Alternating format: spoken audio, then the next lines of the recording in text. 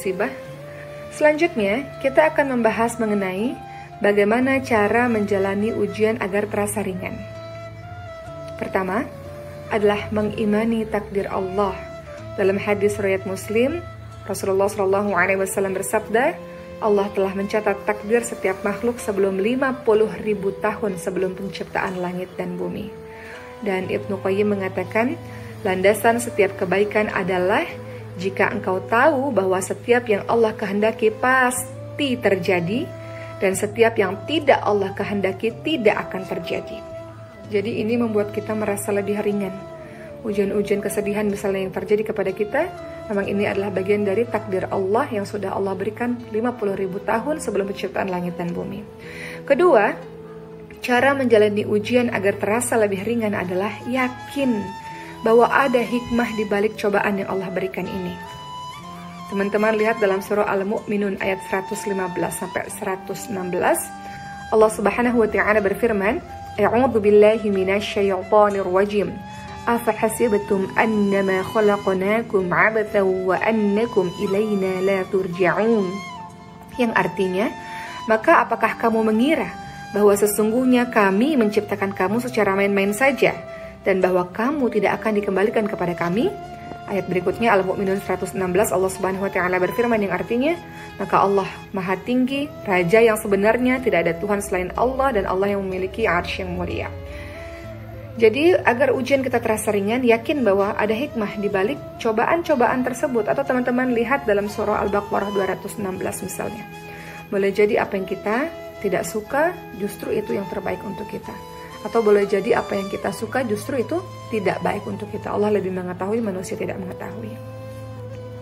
Selalu ada hikmah, selalu ada kebaikan dalam setiap kejadian.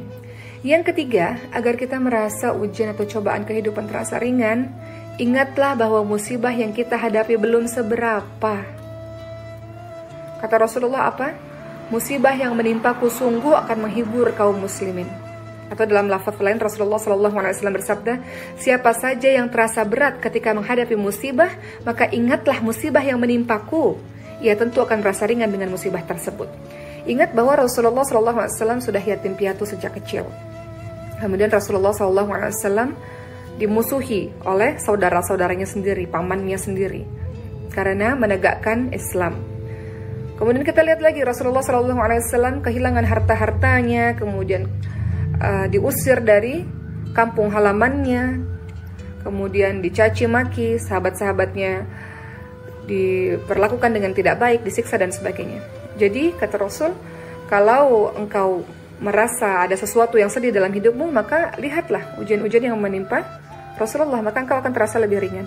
Atau teman-teman bisa lihat dengan teman-teman lainnya yang ujiannya jauh lebih berat daripada kita, sehingga kita tahu bahwa ujian yang kita hadapi tidak seberapa. Masih banyak yang lebih mengerikan, menyedihkan dibanding dengan kisah kehidupan kita. Keempat, agar ujian terasa lebih ringan, ketahuilah bahwa semakin kuat iman seseorang memang akan semakin diuji. Teman-teman, kita lihat bahwa Rasulullah SAW pernah ditanya oleh seorang sahabat, "Ya Rasul, manusia manakah yang paling berat ujiannya?" Maka Rasul menjawab, para nabi, kemudian yang semisalnya dan semisalnya lagi. Seseorang akan diuji dengan kondisi agamanya, sesuai dengan kondisi agamanya, kata Rasul. Apabila agamanya kuat, maka semakin kuat atau berat pula ujiannya. Dan apabila agamanya lemah, maka dia akan diuji sesuai dengan kualitas agamanya. Seorang hamba, kata Rasul, senantiasa akan mendapatkan cobaan hingga ia berjalan di muka bumi dalam keadaan bersih dari dosa. Jadi kalau keimanan level tinggi, maka yang akan mengganggu jin level tinggi juga. Ketahuilah, tadi yang keempat ya, untuk kita merasa ringan dalam ujian, bahwa semakin kuat iman seseorang, maka dia ujiannya akan semakin besar. Yang kelima, agar terasa lebih ringan dalam menghadapi ujian-ujian Allah, yakinlah bahwa di balik kesulitan pasti ada kemudahan. Kata Allah apa dalam surah Al-Nashr yang sering teman-teman baca? Fa inna ma'al usri yusra. Inna ma'al usri yusra. Sesungguhnya sesudah kesulitan ada kemudahan. Diulang lagi ayat tersebut. Sesungguhnya sesudah kesulitan ada kemudahan. Pasti ada kemudahan. Allah kasih ujian, Allah kasih solusi teman-teman sekalian. Bahkan Allah sendiri yang janji, dalam setiap kesulitan yang kau hadapi ada kemudahan, jangan khawatir. Selama engkau bersama dengan Allah, Allah hanya ingin lihat seberapa jauh keimananmu, kedekatanmu kepada Allah. Allah akan kasih solusi dari permasalahanmu. Kemudian yang keenam, supaya engkau merasa lebih ringan dalam menghadapi ujian-ujian kehidupan, hadapilah cobaan dengan bersabar. Bersabar. Ali bin Abi Thalib radhiyallahu anhu mengatakan, sabar dan iman adalah bagaikan kepala pada jasad manusia. Oleh karenanya, tidak beriman dengan iman yang sempurna jika seseorang tidak memiliki kesabaran. Apa itu sabar, sahabat sekalian? Sabar adalah menahan hati dan lisan dari berkeluh kesah, serta menahan anggota badan dari perilaku emosional seperti menampar pipi, merobek baju, dan yang lainnya. Kemudian yang ketujuh, cara agar kita ringan dalam menghadapi ujian, bersabarlah di awal musibah. Kata Rasulullah ketika melihat ada seorang perempuan menangis di kuburan meretap, kata Rasul untuk bersabar kepada perempuan tersebut.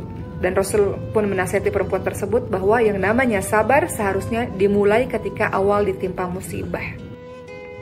Itulah yang disebut sebagai sabar yang sebenarnya. Sabar yang sebenarnya bukanlah ketika telah mengeluh lebih dulu di awal musibah. Justru dari awal ada musibah, maka bersabar. Kedelapan, cara agar ringan dalam menghadapi ujian, yakin bahwa pahala sabar begitu besar. Teman-teman ingat surah Az-Zumar ayat 10, Allah Subhanahu wa taala berfirman, A'udzu billahi minasyaitonir rajim. Innama yuwaffas sabiruna ajrahum bighairi hisab. Apa artinya? Sesungguhnya hanya orang-orang yang bersabarlah yang dicukupkan pahala mereka tanpa batas.